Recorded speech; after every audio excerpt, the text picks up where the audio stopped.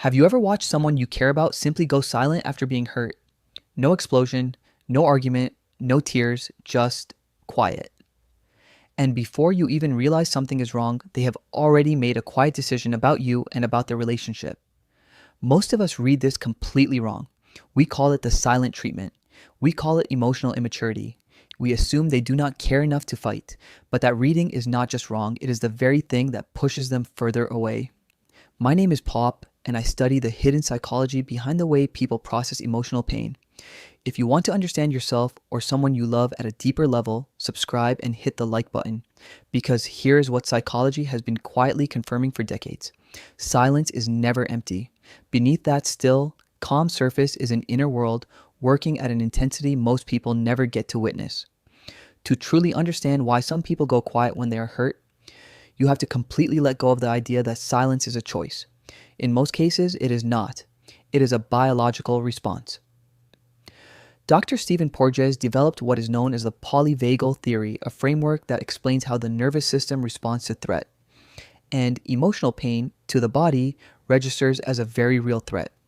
According to this theory, the nervous system moves through 3 levels of response. The first level is social engagement. This is when we are calm, regulated, and able to say things like, "What you just said hurt me." The second level is fight or flight. As stress climbs, we raise our voices, argue, or walk away. But when pain reaches a point that feels truly overwhelming, when the nervous system determines that neither arguing nor escaping will solve anything, it drops into the most primitive state of all. The third level, a full nervous system shutdown. Scientists call it the dorsal vagal freeze state. Think of it like an electronic device that receives far more current than it can safely handle. To prevent a total system failure, the built-in safety mechanism shuts everything down automatically. The silence you see is the exact moment that switch flips off. Physically, their heart rate drops, their muscles lock up, and most critically, the part of the brain that handles logic and language, the prefrontal cortex, temporarily disconnects from the emotional center of the brain. Language gets locked away. There could be 1,000 thoughts and feelings crashing around inside their mind at that moment. But they genuinely cannot form them into words. So when you stand in front of them demanding, "Why are you not saying anything? How long are you going to keep doing this?" You are asking someone with a broken leg to stand up and run. Their silence is not rejection. It is the body's most instinctive way of keeping itself from falling apart. But the nervous system does not learn to freeze overnight. It is a survival pattern shaped over time, and it almost always begins with one of 3 causes. The first cause is childhood wounds. No child is born choosing to hide their pain. Children cry when they are sad, reach out when they need comfort, and express anger freely. It is completely natural. But psychologist John Bowlby, the founder of attachment theory, showed us that the way we handle pain as adults is a direct reflection of how our earliest caregivers responded to us. Researcher John Gottman built on this through his work on emotion-dismissing parenting environments where a child's sadness was treated as excessive, their anger was punished, and their tears were simply ignored. When that happens repeatedly, the child's brain builds a harsh internal equation, showing vulnerability equals losing love equals danger. To survive, that child learns to swallow their emotions quietly. They build an inner fortress and retreat inside it. Years later, when hurt in an adult relationship, that same inner child automatically flips the identical switch. Disappearing still feels safer than risking being dismissed again. The second cause is the lasting damage of toxic relationships. Many people learn to freeze after going through a relationship where their own words were used as weapons against them.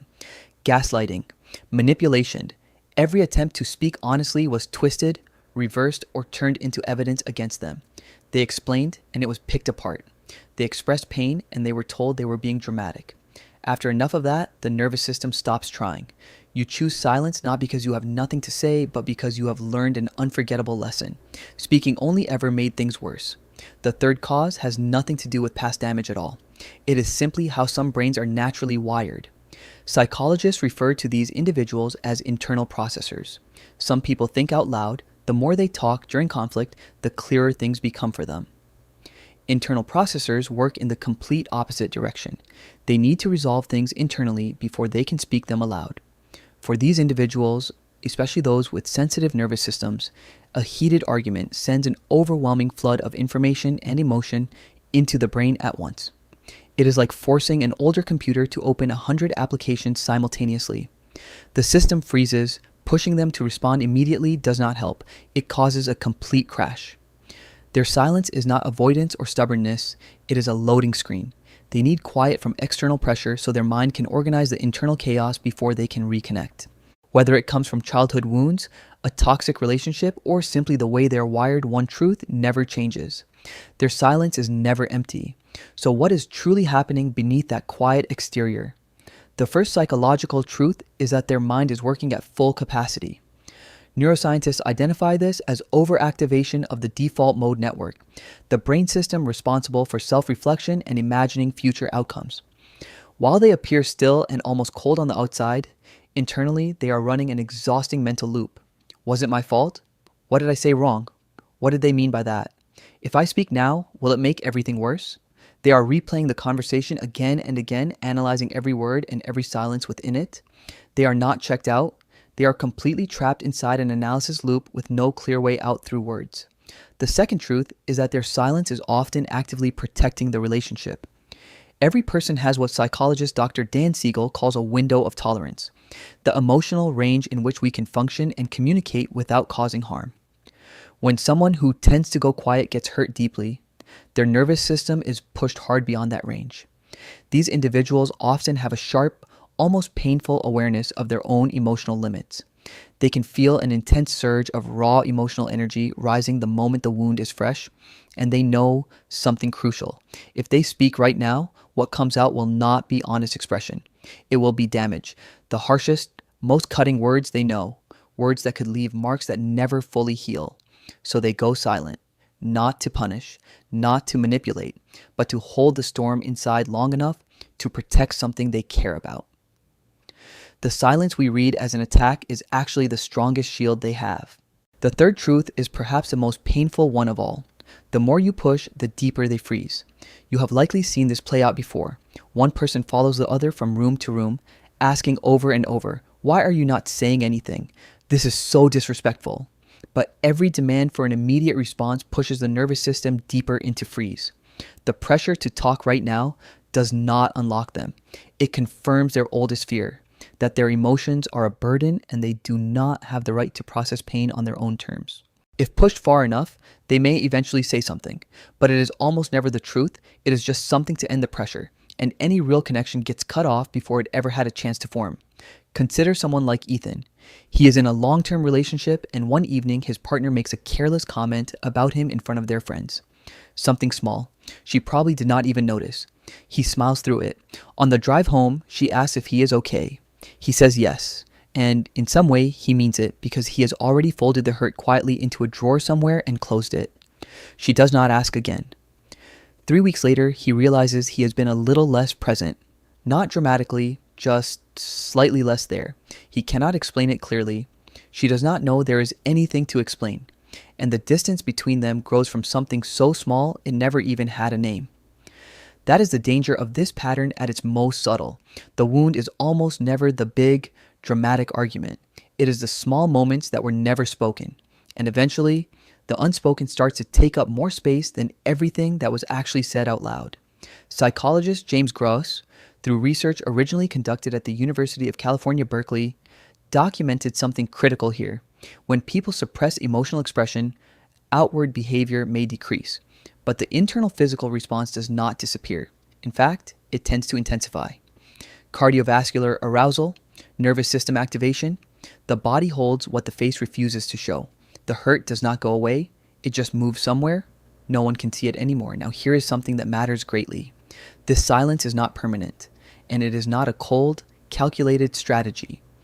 Even while they are locked in that quiet state, their nervous system is running a constant background scan. It is checking for signals of safety. They are not expecting the other person to read their mind. What they are actually looking for is acceptance, the simple reassurance that they are allowed to be silent without being met with frustration or judgment. They are also watching. They watch to see if you notice the shift. They watch to see if you come back, if you can sense without being told that something is different, and if you reach for them without being asked. That single act can be more healing than almost anything either of you could ever say. What they are testing, often without even being aware of it, is whether you can see them, truly see them, without them having to perform their pain for it to be taken seriously. But if you do not notice, they file that away quietly.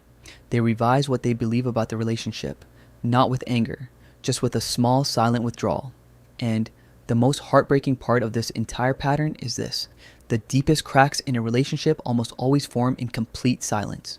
Trust erodes without a single word spoken, and the grandest gestures made later may still not be enough to repair what was never addressed. So, how do you actually reach someone who has gone quiet? And how do you do it without pushing them further away? The answer is simpler than most people expect. It is not a technique, it is a posture, presence without demands. If you love someone who tends to go quiet when they are hurting, the most powerful thing you can offer is patient, genuine understanding. Not the kind where you are internally frustrated while appearing calm. Real patience, grounded in care for them as a person. Instead of following them from room to room demanding answers, try stepping back and offering their nervous system the one thing it needs most. You could say, "I can see you are overwhelmed right now, and I understand you need space. I respect that completely. I will be in the living room whenever you are ready. I am here to listen without judgment." That is not abandonment. That is the approach that actually works. When the pressure to respond disappears, their guard naturally begins to lower. Their brain gradually reopens access to language. They will come back, not because they were forced to, but because they felt safe enough to choose it. And if you are the one who goes quiet when you are hurt, this part is specifically for you. The way you process emotions is not a flaw. You are not cold. You are not too complicated to love.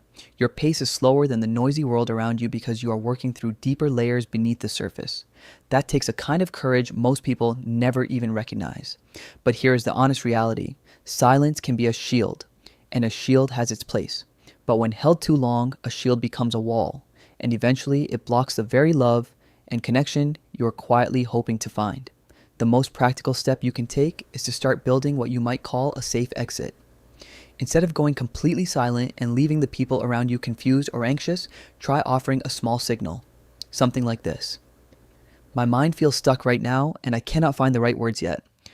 I need about 30 minutes alone to calm down. I promise I will come back and we will talk." That one sentence becomes a bridge. It gives you the space you genuinely need while reassuring the other person that you are not walking away from them. That is how you begin taking ownership of your protective pattern instead of letting it run on its own. And when you shift how you see these people, something genuinely beautiful comes into view. People who go quiet when they are hurt, when they finally choose to speak, their words carry extraordinary weight. In a world where people react instantly with careless or hurtful words, quiet people are the ones preserving emotional honesty. Their words are not reactive impulses, they are conclusions refined through hundreds of internal filters of truth and compassion. When they say they are hurt, the pain has genuinely reached its deepest point. When they say they value someone, it is a commitment that has already been tested through silence. These people are not broken. They are not too difficult. They simply experience the world at a depth that not everyone is willing to sit with. Their silence is never distance. It is a quiet, genuine presence. And one day, they will find the people who can sit beside them in that silence without fear. People who understand that silence is not rejection. It is an invitation to something real. If you recognize yourself in any part of this, leave your story in the comments. You might be exactly what someone else needs to read today. If this video brought you any relief, share it with someone in your life who tends to go quiet when they are hurting. They may never say how much it helped, but they will feel understood. And before you go, if you want to explore more of the hidden psychology behind everyday human behavior, our previous video, Psychology of People Who Love Staying at Home, is waiting for you. It might explain something about yourself or someone you love